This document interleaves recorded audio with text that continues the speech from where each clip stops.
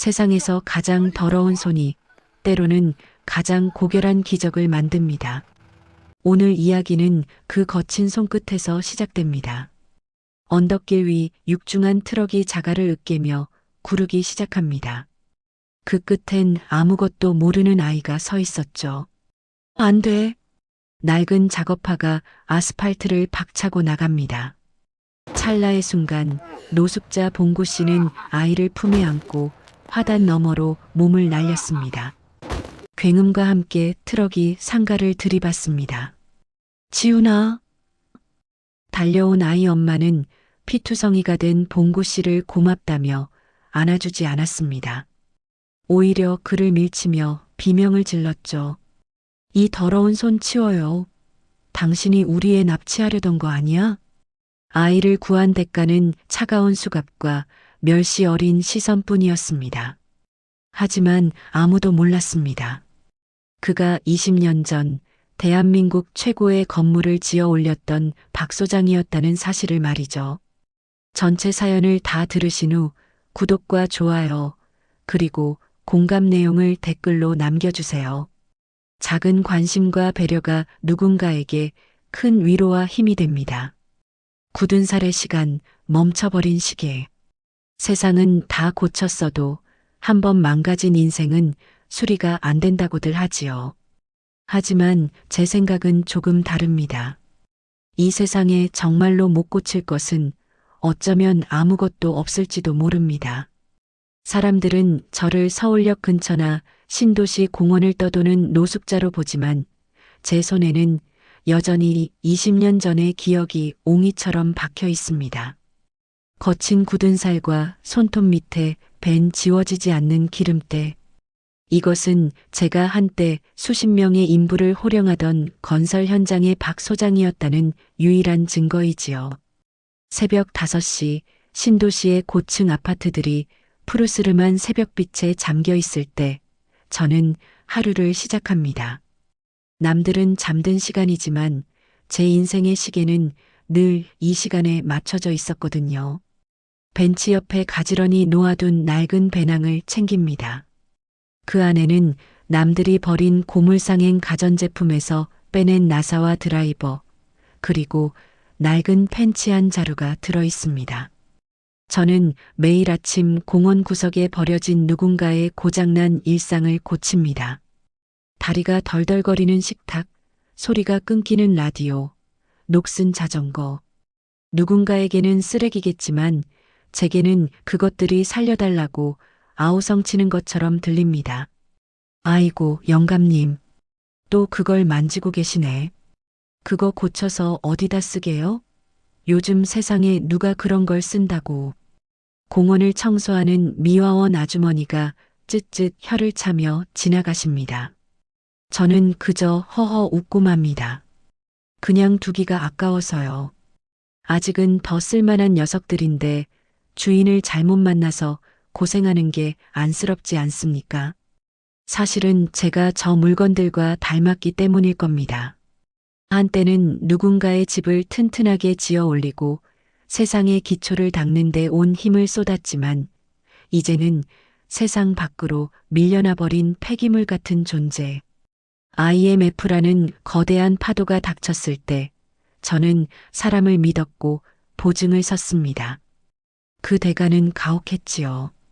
집이 날아가고 아내는 병을 얻어 떠났으며 마지막 희망이었던 어린 아들마저 사고로 잃었습니다. 그날 이후로 저는 제 인생을 고치는 것을 포기했습니다. 남겨진 것은 그저 이 단단하고 무딘 굳은 살뿐이었지요. 오전 10시가 되면 신도시의 풍경은 활기로 가득 찹니다. 화려한 외제차들이 매끄러운 도로를 달리고 비싼 브랜드 옷을 입은 아이들이 엄마 손을 잡고 영어 유치원으로 향합니다. 저는 그들과 같은 공간에 있지만 투명 인간이나 다름없습니다. 아니, 차라리 보이지 않는 게 다행일지도 모릅니다. 제가 나타나면 사람들은 눈살을 찌푸리며 걸음을 재촉하니까요. 특히 상가 번영회장인 김 회장은 저를 볼 때마다 마치 더러운 오물을 본 듯 소리를 지릅니다. 어이. 박씨, 내가 여기 얼씬거리지 말라고 몇 번을 말해? 오늘 오후에 시청에서 점검 나온단 말이야. 당신 같은 노숙자가 버티고 있으면 우리 상가 이미지가 어떻게 되겠어? 당장 짐 싸서 저기 시장 뒷골목으로 꺼지라고. 김 회장의 구두는 늘 번쩍거립니다. 그 구두가 제 낡은 배낭을 발로 툭 칩니다. 배낭 속에서 제가 애지중지 모아둔 작은 나사들이 바닥으로 흩어집니다.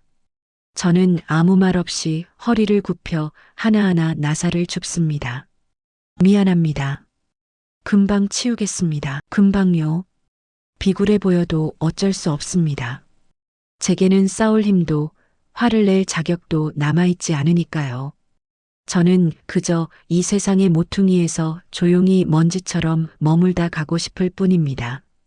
하지만 김 회장은 분이 안 풀리는지 씩씩거리며 쐐기를 박습니다. 이번 추석 축제 전까지 안 치우면 내가 사람 써서 다 치워버릴 줄 알아. 당신 같은 인생들 때문에 동네 물 다 흐려지는 거야. 알아? 그의 말은 칼날처럼 가슴을 후벼 파지만 저는 그저 고개를 숙입니다. 김 회장이 사라진 뒤 저는 흩어진 나사를 마저 줍다가 문득 저 멀리 대로변을 바라봅니다.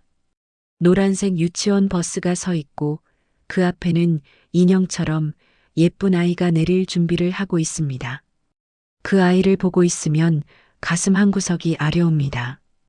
우리 아들이 살아있었다면 저 아이처럼 밝게 웃었을까요? 제가 지어준 따뜻한 집에서 제가 고쳐준 장난감을 가지고 놀았을 텐데 말입니다. 시계를 봅니다. 벌써 오후로 접어드는 시간. 시장 입구는 추석을 앞두고 장을 보려는 사람들로 더욱 혼잡해집니다. 상인들의 호객 소리, 자동차 경적, 그리고 아이들의 웃음소리가 뒤섞여 활기가 넘칩니다. 그런데 그 평화로운 풍경 너머로 이상한 기운이 느껴집니다. 시장 입구 언덕길에 세워진 대형 트럭 한 대가 미세하게 떨리고 있습니다. 운전석은 비어 있고 바퀴는 조금씩, 아주 조금씩 구르기 시작합니다. 사람들은 제각기 자기 삶의 속도에 맞춰 걷느라 그 죽음의 그림자를 보지 못합니다. 유치원 버스에서 내린 아이는 엄마를 발견했는지 해맑게 도로 쪽으로 뛰어듭니다. 엄마! 아이의 목소리가 들린 순간 제 몸속 깊은 곳에 잠들어 있던 감각이 깨어납니다. 20년 동안 멈춰있던 제 인생의 시계 태엽이 거칠게 돌아가기 시작합니다. 거친 굳은 살이 박힌 제 손이 저도 모르게 주먹을 꽉 쥡니다. 평화는 유리그릇 같아서 가장 눈부신 순간에 깨어지곤 합니다. 제가 보고 있는 저 트럭이 무엇을 앗아갈지, 그리고 저의 이 비천한 삶을 어떻게 뒤흔들어 놓을지 그때의 저는 미처 알지 못했습니다. 길 건너편에서 들려오는 아이의 웃음소리가 오늘따라 너무나 선명합니다. 그리고 그 웃음소리를 덮치려는 거대한 금속의 굉음이 제 귓전을 때립니다. 저는 이제 선택해야 합니다. 다시 고개를 숙이고 먼지처럼 사라질 것인지 아니면 잃어버린 인생을 걸고 저 아이를 향해 달려갈 것인지 말입니다. 바람이 차갑게 뺨을 스칩니다. 제 낡은 작업화가 지면을 딛는 감각이 생생하게 전해져 옵니다. 자, 이제 시작입니다. 고장난 것은 물건만이 아니었습니다. 무너진 제 가슴 속에도 다시 뜨거운 피가 돌기 시작한 것입니다. 찰나의 침묵, 엇갈린 시선. 인생이라는 게 참 얄궂지요. 예고 없이 찾아온 불행은 모든 것을 앗아가지만 다시 찾아온 기회는 가장 처참한 모습으로 우리를 시험하곤 하니까요. 언덕길 위 육중한 트럭의 바퀴가 자갈을 으깨며 천천히 돌아가기 시작했습니다. 처음엔 아주 미세한 움직임이었어요. 마치 시간이 잠시 멈춘 것처럼 세상의 모든 소음이 아득해지고 오직 그 바퀴가 구르는 소리만 제 귓전에 천둥처럼 울려 퍼졌습니다. 운전석은 비어 있었고 핸들은 주인을 잃은 채 제멋대로 흔들리고 있었지요.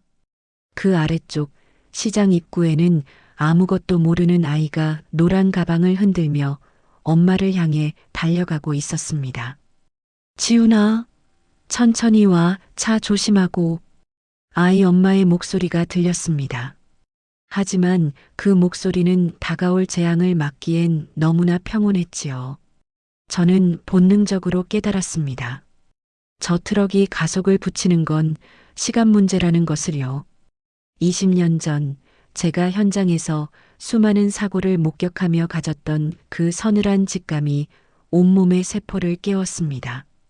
낡은 작업화 끝에 힘을 주었습니다. 무릎 관절이 삐걱거리며 비명을 질렀지만 생각보다 몸이 먼저 움직였어요. 세상이 느리게 보이기 시작했습니다. 흩날리는 먼지, 장을 보던 사람들의 무심한 표정, 그리고 점점 속도를 내며 아이를 향해 돌진하는 거대한 쇳덩이. 저는 숨이 턱끝까지 차오르는 것도 잊은 채 달렸습니다. 구두굽이 닳아 미끄러운 바닥을 박차고 나갔지요.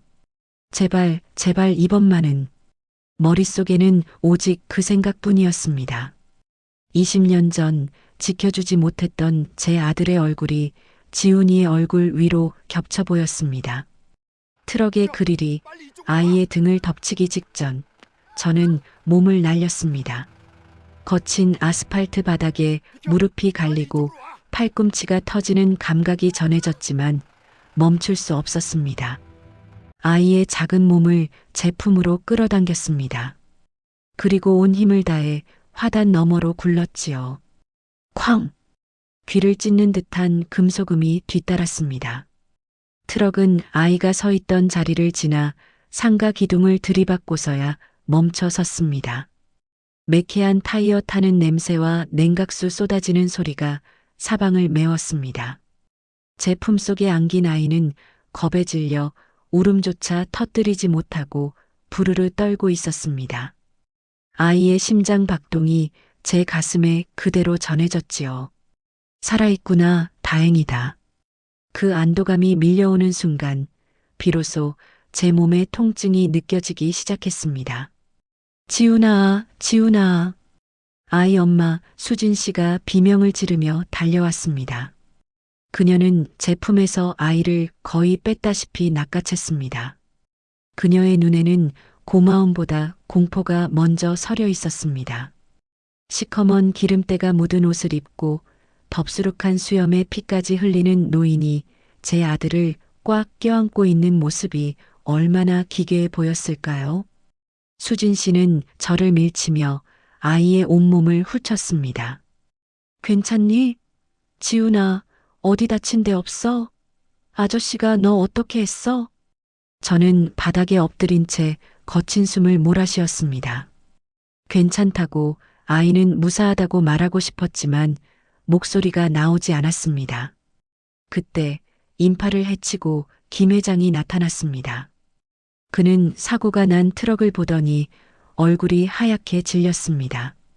그 트럭은 바로 자신의 조카가 운전하던 배달 차량이었으니까요. 김 회장은 상황을 살피더니 순식간에 눈빛을 바꿨습니다. 자신의 책임을 회피할 제물로 저를 선택한 것이지요. 아이고, 이게 무슨 일이야. 저 노숙자 양반, 당신 여기서 뭐 하고 있었어? 당신이 애를 갑자기 잡아당기니까 트럭이 놀라서 피하다가 저렇게 된 거 아니야? 김 회장의 말도 안 되는 소리에 주변 사람들이 웅성거리기 시작했습니다. 사고의 전말을 제대로 본 사람은 아무도 없었습니다. 그저 사고가 났고 아이를 안고 있는 노숙자가 있고 화가 난 상가 회장이 있을 뿐이었지요. 사람들의 시선이 따가운 가시가 되어 제 몸에 박혔습니다. 아니요, 저는 트럭이 굴러 내려오길래 힘겹게 입을 뗐지만 제 목소리는 너무나 작고 떨렸습니다.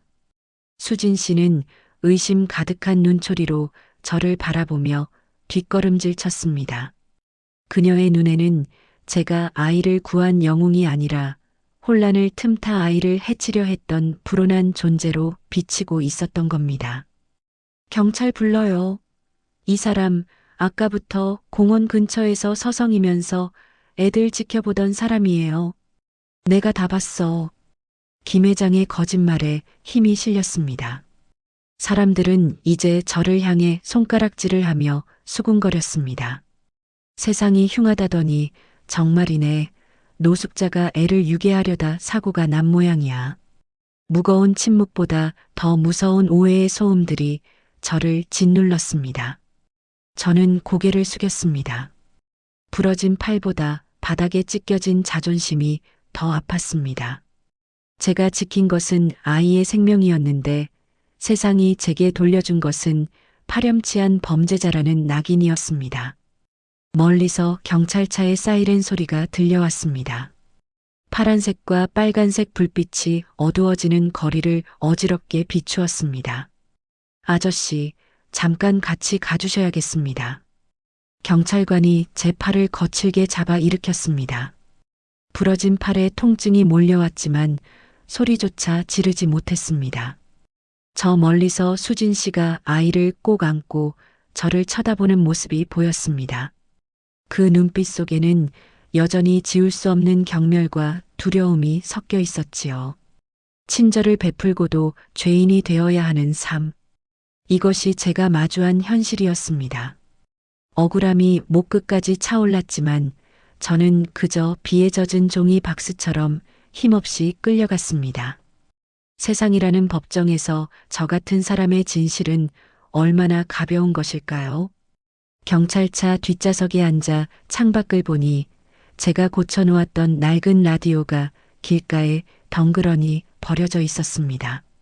주인에게 돌아가지 못한 채 차가운 비를 맞고 있는 그 물건이 꼭 제 처지 같아 보였습니다. 과연 진실은 밝혀질 수 있을까요? 아니면 저도 이대로 저 차가운 철창 안에서 제 인생의 마지막 장을 닫게 되는 것일까요? 어둠이 내리는 경찰서 입구에서 저는 다시 한번 신에게 물었습니다. 왜 제게 이런 시련을 주시느냐고 말이지요. 차가운 철창, 따뜻했던 아이의 온기. 세상에서 가장 무거운 침묵은 진실을 말해도 아무도 믿어주지 않을 때 찾아옵니다.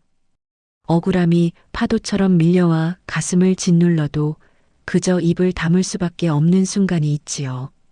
경찰서의 공기는 차갑고 건조했습니다. 낡은 형광등은 지지직거리는 소리를 내며 위태롭게 빛나고 있었고 제 옆에는 쏟아진 빗물과 바닥에 먼지가 뒤섞인 제 발자국이 선명하게 남아 있었습니다. 부러진 팔에선 맥박이 뛸 때마다 날카로운 통증이 치솟았지만 저는 그저 멀쩡한 한쪽 손으로 무릎을 꽉 움켜쥐었습니다. 이름 박봉구, 주소지 불분명. 박씨 아저씨, 정말로 아이를 구하려고 한 거 맞아요? 주변 상인들 말로는 아저씨가 아이를 낚아채듯 끌고 갔다고 하던데 젊은 형사의 목소리에는 악의는 없었지만 깊은 불신이 깔려 있었습니다. 그는 서류를 넘기며 무표정한 눈으로 저를 바라봤지요. 저는 대답 대신 제 손을 내려다봤습니다. 손톱 밑에 낀 검은 때, 여기저기 갈라진 피부, 그리고 사고의 흔적으로 묻은 붉은 혈흔. 누가 봐도 영웅의 손이라기보다는 어두운 골목에서 불쑥 튀어나올 법한 범죄자의 손에 가까웠을 겁니다. 트럭이 브레이크가 풀려서 내려왔어요. 아이가 위험해 보여서 제 목소리는 갈라진 논바닥처럼 푸석거렸습니다. 하지만 제 말이 채 끝나기도 전에 취조실 문이 벌컥 열리며 김 회장이 들이닥쳤습니다. 그는 마치 정의의 사도라도 된 양 삿대질하며 고함을 쳤지요. 이봐요, 형사님. 저 인간 말 믿지 마세요. 내가 다 봤다니까. 우리 조카가 트럭을 세워놓고 물건을 내리는데 저 노숙자 양반이 갑자기 뛰어들어서 애를 잡아채는 바람에 조카가 당황해서 차를 제대로 못 세운 거예요. 저 인간 전부터 공원에서 애들만 보면 징그럽게 쳐다보던 사람이라고요. 김 회장의 목소리는 취조실 벽을 울리며 제 가슴에 비수처럼 꽂혔습니다. 그의 눈에는 어떻게든 조카의 과실을 덮고 이 귀찮은 노숙자를 치워버리겠다는 탐욕스러운 계산이 빤히 보였습니다. 하지만 형사는 그의 요란한 목소리에 흔들리는 듯 보였습니다. 힘 있는 상가 회장의 증언과 집도 절도 없는 노숙자의 변명. 저울추는 이미 한쪽으로 기울어 있었습니다. 잠시 후 복도에서 또각거리는 구두 소리가 들리더니 지훈이 엄마 수진 씨가 나타났습니다. 그녀의 품에는 겁에 질린 아이가 안겨 있었지요. 수진 씨는 저와 눈이 마주치자마자 황급히 아이의 눈을 가렸습니다. 마치 제가 독이 든 음식이라도 되는 것처럼요. 지훈아, 저 아저씨 보지 마. 괜찮아. 이제 경찰서니까 안심해도 돼. 그녀의 그 한마디가 부러진 팔의 통증보다 수만 배는 더 아팠습니다. 제가 목숨을 걸고 품에 안았던 아이, 제 심장 소리를 들려주며 지켰던 그 생명의 어머니가 저를 괴물 취급하고 있었습니다. 20년 전 사고로 떠나보낸 제 아들의 얼굴이 다시금 눈앞에 어른거렸습니다. 아버지, 저를 지켜주지 못하셨잖아요. 아들의 환청이 들리는 것 같아 저는 고개를 떨구고 눈을 감았습니다. 박봉구 씨, 정말로 하실 말씀 없습니까? 이대로면 유괴 미수 및 업무상 과실치상 공범으로 송치될 수도 있어요. 진실을 말해요. 정말로 아이를 해칠 의도가 없었습니까? 형사가 마지막 기회라는 듯 물었습니다. 저는 입술을 달싹였지만 이내 포기하고 말았습니다. 무슨 말을 할 수 있을까요? 제가 아무리 진심을 다해 말해도 사람들은 제 겉모습과 제 비로한 신분만을 볼 텐데요. 세상이라는 거대한 기계 속에서 저 같은 부품은 이미 폐기된 지 오래였습니다. 수리가 불가능한 인생, 그것이 저의 다른 이름이었습니다. 저는 차라리 이대로 무너지는 게 편할지도 모른다는 생각을 했습니다. 차가운 유치장 바닥이 어쩌면 비바람 치는 공원 벤치보다 따뜻할지도 모른다고요. 제가 지키려 했던 가치, 인간으로서의 마지막 자부심이 모래성처럼 허무하게 부서져 내렸습니다. 됐습니다. 다 제 잘못입니다. 제가 거기 있지 말았어야 했는데 제 입에서 나온 말은 진실이 아니라 항복 선언이었습니다. 김 회장은 기세등등하게 콧방귀를 뀌었고 수진 씨는 안도한 듯 아이를 데리고 서둘러 취조실을 나갔습니다. 멀어지는 아이의 발소리를 들으며 저는 제 인생의 마지막 불꽃이 꺼져가는 것을 느꼈습니다. 하지만 그 순간 제 귓가에 작은 소리가 들렸습니다. 멀어져 가던 지훈이가 울먹이는 목소리로 엄마에게 속삭이는 소리였지요. 엄마, 근데 저 할아버지 아까 나 안아줄 때 따뜻했어. 냄새는 조금 났는데 나보고 괜찮다고 아저씨가 미안하다고 그랬어. 수진 씨의 발걸음이 우뚝 멈췄습니다. 복도에 정적이 흘렀습니다. 아이의 맑은 목소리는 이 차갑고 거짓된 취조실의 공기를 단숨에 가로질렀습니다. 수진 씨는 멈춰서서 한참 동안 움직이지 않았습니다. 그녀의 등에 닿는 형광등 불빛이 미세하게 떨리고 있었습니다. 위기는 절정을 향해 달리고 저는 인생의 가장 어두운 터널 속에 갇혔습니다. 모든 것을 포기하려던 그 찰나 아이의 순수한 한마디가 차가운 바닥에 버려진 제 자존심을 건드렸습니다. 하지만 여전히 현실은 냉혹합니다. 김 회장의 압박은 거세고 블랙박스 영상은 행방이 묘연하며 저는 여전히 수갑을 찬 죄인의 신분입니다. 밤은 깊어지고 경찰서 밖에는 다시 비가 내리기 시작했습니다. 저는 차가운 철창 안으로 옮겨졌습니다. 옆방에서 들려오는 취객의 고함과 형사들의 타자기 소리가 뒤섞인 공간. 저는 부러진 팔을 감싸 쥔 채 보이지 않는 어둠 속에서 마지막 기적을 기다렸습니다. 과연 내일 아침의 태양은 저에게 다시 찾아올까요? 아니면 이대로 잊힌 존재가 되어 사라질까요? 인생이라는 집의 기둥이 뿌리째 흔들리고 있었습니다. 수리는커녕 당장이라도 무너져 내릴 것 같은 위기 속에서 저는 처음으로 간절히 빌었습니다. 제 굳은 살 박힌 진심이 제발 단 한 사람에게만이라도 닿게 해달라고 말입니다. 벼랑 끝에서 만난 진실, 그리고 찬란한 반전. 여러분, 진실은 가끔 아주 낮은 곳에서 가장 보잘것없는 모습으로 우리를 기다리고 있다는 사실을 알고 계시나요? 소란스러운 거짓이 세상을 덮어도 단 하나의 정직한 빛만 있다면 어둠은 결국 물러가기 마련이지요. 경찰서 유치장의 밤은 길고도 시렸습니다. 저는 부러진 팔의 통증을 견디며 뜬 눈으로 아침을 맞았습니다. 창살 틈으로 스며드는 새벽빛이 먼지 낀 바닥을 비출 때 저는 제 인생의 마지막 페이지가 이대로 덮일 것이라 확신했습니다. 박 소장이라 불리며 현장을 호령하던 기계도, 아들을 잃고 무너졌던 애달픈 가슴도 이제는 유괴 미수범이라는 추악한 이름표 아래 묻히게 될 운명이었지요. 오전 9시 경찰서 안이 다시 분주해졌습니다. 김 회장은 조카를 대동하고 나타나 형사에게 목소리를 높였습니다. 아니, 자백도 했다면서요? 왜 아직 송치를 안 합니까? 저런 인간은 당장 콩밥을 먹여야 동네가 조용해진다고요. 그의 비열한 웃음소리가 철창 너머까지 들려왔습니다. 저는 그저 고개를 숙인 채 낡은 작업화 끝만 바라봤습니다. 그때였습니다. 경찰서 정문이 거칠게 열리며 수진 씨가 들어왔습니다. 어제와는 달리 눈이 붉게 충혈된 모습이었지요. 그녀의 손에는 작은 USB 하나가 꽉 쥐어져 있었습니다.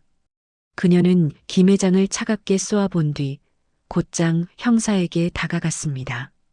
형사님, 어제 제가 경황이 없어 놓친 게 있었습니다. 제 차 테슬라거든요. 이 차는 주차 중에도 사방을 24시간 감시하는 감시 모드 기능이 있어요. 어젯밤 밤을 새워 영상을 확인했어요. 여기 사고 당시의 진실이 담겨 있어요. 경찰서 로비에 묘한 긴장감이 흘렀습니다. 형사의 컴퓨터 모니터로 영상이 재생되었습니다. 화면 속에는 언덕길 위 김 회장의 조카가 트럭에서 내리는 장면이 고스란히 담겨 있었습니다. 그는 전화 통화를 하느라 정신이 팔려 사이드 브레이크를 채우지 않았고 트럭이 구르기 시작하자 당황해서 어쩔 줄 몰라 하며 바라만 보고 있었지요. 그리고 이어지는 장면. 공원 구석에서 폐지를 정리하던 제가 번개처럼 달려나가는 모습이 찍혀 있었습니다. 아이를 낚아채듯 구한 것은 납치가 아니라 찰나의 순간에 아이를 살리기 위한 유일한 방법이었음이 선명하게 기록되어 있었지요. 트럭 바퀴가 제 발꿈치를 간발의 차로 스쳐 지나가는 장면에서 지켜보던 형사들조차 짧은 탄성을 내뱉었습니다. 아니, 저건 편집된 거야. 말도 안 돼. 김 회장의 얼굴이 흙빛으로 변했습니다. 하지만 진실의 무게는 가차 없었지요. 형사는 차가운 눈으로 김 회장과 그의 조카를 바라봤습니다. 김 회장님, 허위사실 유포와 무고죄가 얼마나 무거운지 아시죠? 그리고 조카분, 업무상 과실치상 혐의로 조사받으셔야겠습니다. 유치장 문이 열렸습니다. 수갑이 풀리고 저는 비틀거리며 로비로 나왔습니다. 수진 씨가 저에게 다가왔습니다. 그녀의 눈에는 미안함과 존경, 그리고 말로 다 못할 복잡한 감정이 서려 있었습니다. 그녀는 제 앞에 깊이 허리를 숙였습니다. 죄송합니다, 어르신. 제가 정말 큰 실수를 했습니다. 제 아이를 살려주신 은인을 유괴범으로 오해하다니 평생 씻을 수 없는 죄를 지었습니다. 정말 고맙습니다. 정말로요. 그녀는 눈물을 흘리며 제 거친 손을 두 손으로 꼭 잡았습니다. 제 손에 박힌 굳은 살과 상처들을 보며 그녀는 흐느꼈습니다. 저는 당황해서 어쩔 줄 몰랐지요. 20년 만에 처음 느껴보는 사람의 온기였습니다. 수진 씨는 가방에서 두툼한 봉투를 꺼내 제 손에 쥐어주려 했습니다. 이건 작지만 제 성의입니다. 치료도 받으시고 거처도 옮기세요. 제가 끝까지 책임지겠습니다. 하지만 저는 그 봉투를 밀어냈습니다. 아니요, 됐습니다. 아이가 무사하면 그것으로 제 소임은 다한 겁니다. 이 돈은 저보다 더 힘든 사람들을 위해 써주십시오. 저는 이 손만 있으면 어떻게든 살아갑니다. 제가 등을 돌려나가려던 찰나 수진 씨가 제 앞을 막아섰습니다. 그녀의 눈빛이 바뀌어 있었습니다. 단순히 보상하려는 동정심이 아니라 무언가 확신에 찬 눈빛이었지요. 어르신, 제가 어제 형사님께 전해 들었습니다. 어르신 성함이 박봉구 씨라고요. 혹시 90년대 중반 한강 이남 최대 단지였던 대성 하이츠 현장 소장으로 계셨던 그 박 소장님 맞으신가요? 저희 아버지가 그때 밑에서 일하셨던 반장이셨어요. 아버지가 늘 말씀하셨어요. 박 소장님만큼 건물 기초를 단단히 다지는 분은 대한민국에 없다고요. 저는 멈춰섰습니다. 잊고 살았던 과거의 이름이 그녀의 입에서 나오자 가슴 밑바닥에서 뜨거운 것이 울컥 치밀어 올랐습니다. 수진 씨는 제 앞에 명함 한 장을 내밀었습니다. 저희 회사가 이번에 신도시에 대규모 복합 문화 공간을 짓습니다. 하지만 건물의 외관만 화려할 뿐 관리를 맡아줄 믿음직한 분을 찾지 못해 고민이었어요. 돈으로 갚게 하지 마시고 제발 저를 도와주세요. 무너져가는 건물을 살리고 사람들의 안전을 지키는 일, 박 소장님만이 하실 수 있는 일 아닙니까? 사람들은 제가 그저 돈을 받고 떠날 거라 예상했을 겁니다. 저 또한 다시 세상 속으로 들어가는 것이 두려웠지요. 하지만 수진 씨의 제안은 단순한 일자리가 아니었습니다. 그것은 제 잃어버린 명예와 존재 이유를 되찾아 주겠다는 간절한 요청이었습니다. 시청자 여러분, 반전이란 단순히 상황이 뒤집히는 것이 아닙니다.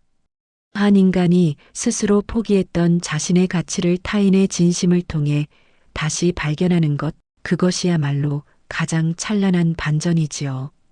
저는 떨리는 손으로 그녀의 명함을 받았습니다.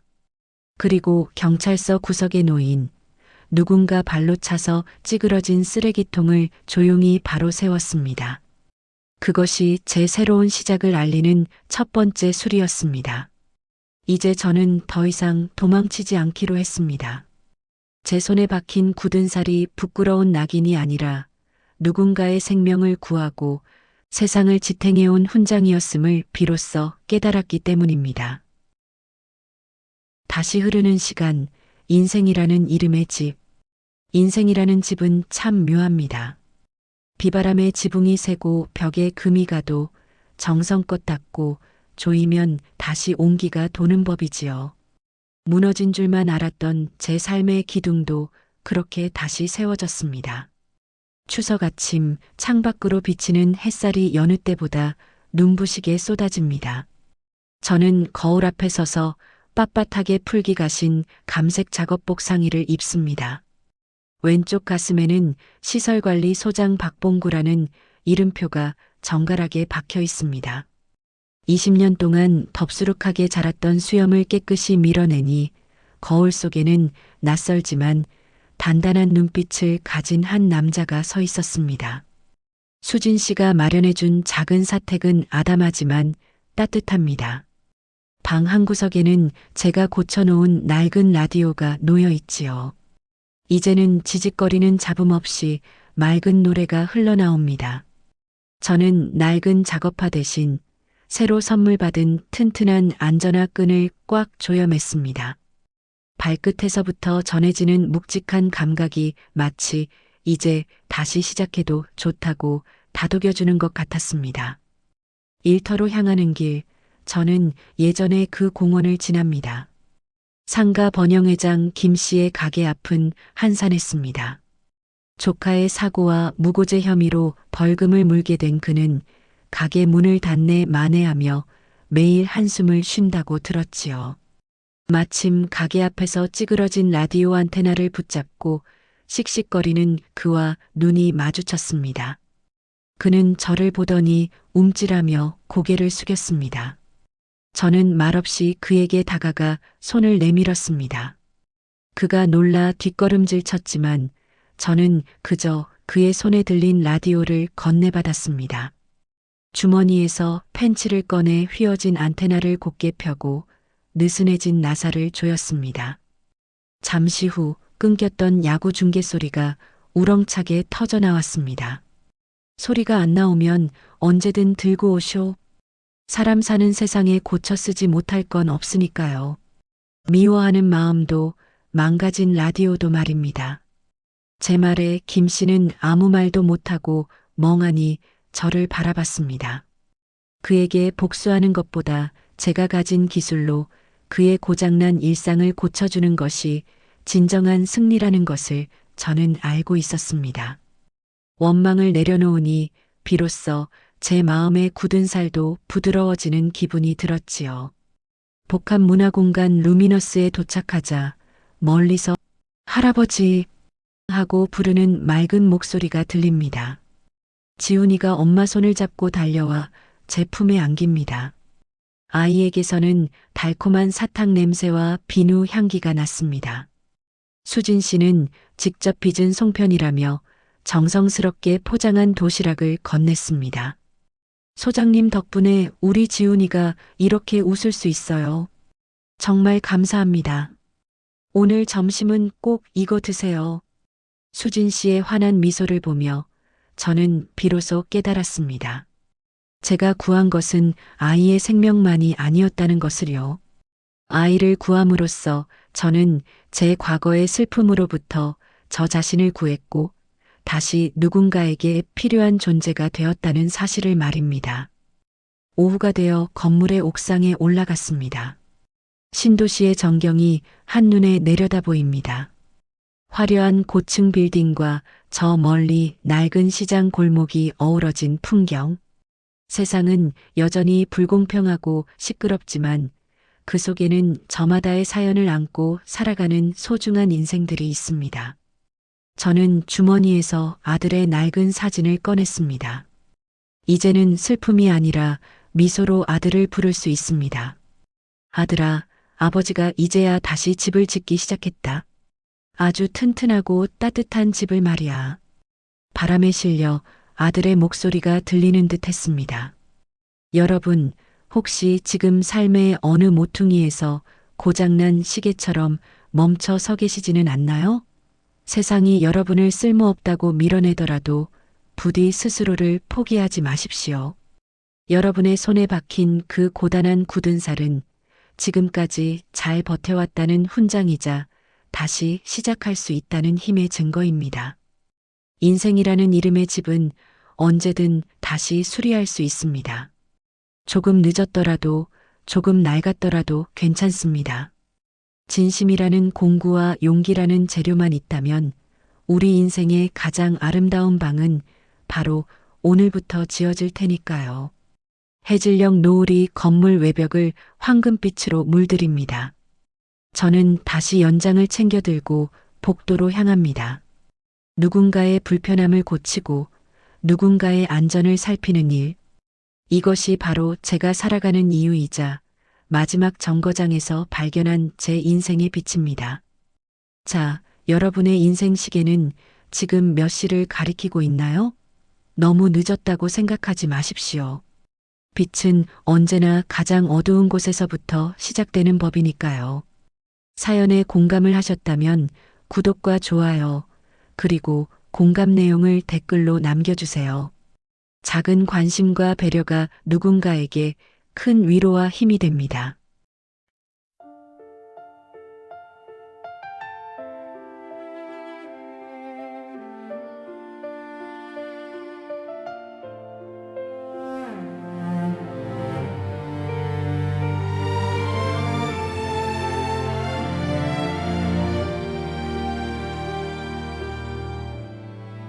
먼지 쌓인 신발끈을 다시 묶으며 멈춰버린 시계 태엽을 바라봅니다. 세상이 날 잊었다고 고개 숙일 때 내 손에 남은 건 거친 굳은 살뿐. 웅크렸던 시간의 무게를 견디며 이제야 고개를 들어봅니다.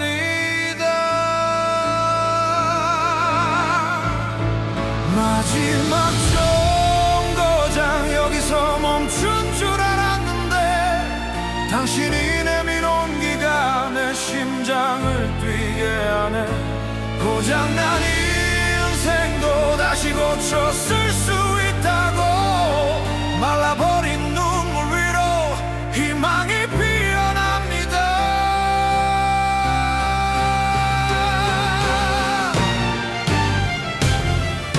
차가운 시선에 가슴이 베어도 지켜낸 그 작은 생명이 내 전부예요. 버려진 꿈들을 하나 둘 수리하며 나는 이제야 진짜 내 이름을 부릅니다. 마지막 정거장 여기서 멈춘 줄 알았는데 당신이 내민 온기가 내 심장을 뛰게 하네. 고장난 인생도 다시 고쳐 쓸 수 있다고 말라버린 눈물 위로 희망이 피어납니다.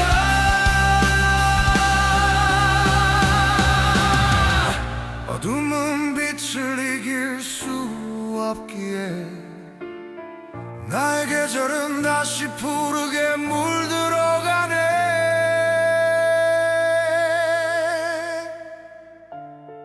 괜찮아요. 늦지 않았어요. 우리의 계절은 지금부터 다시 시작이니까요.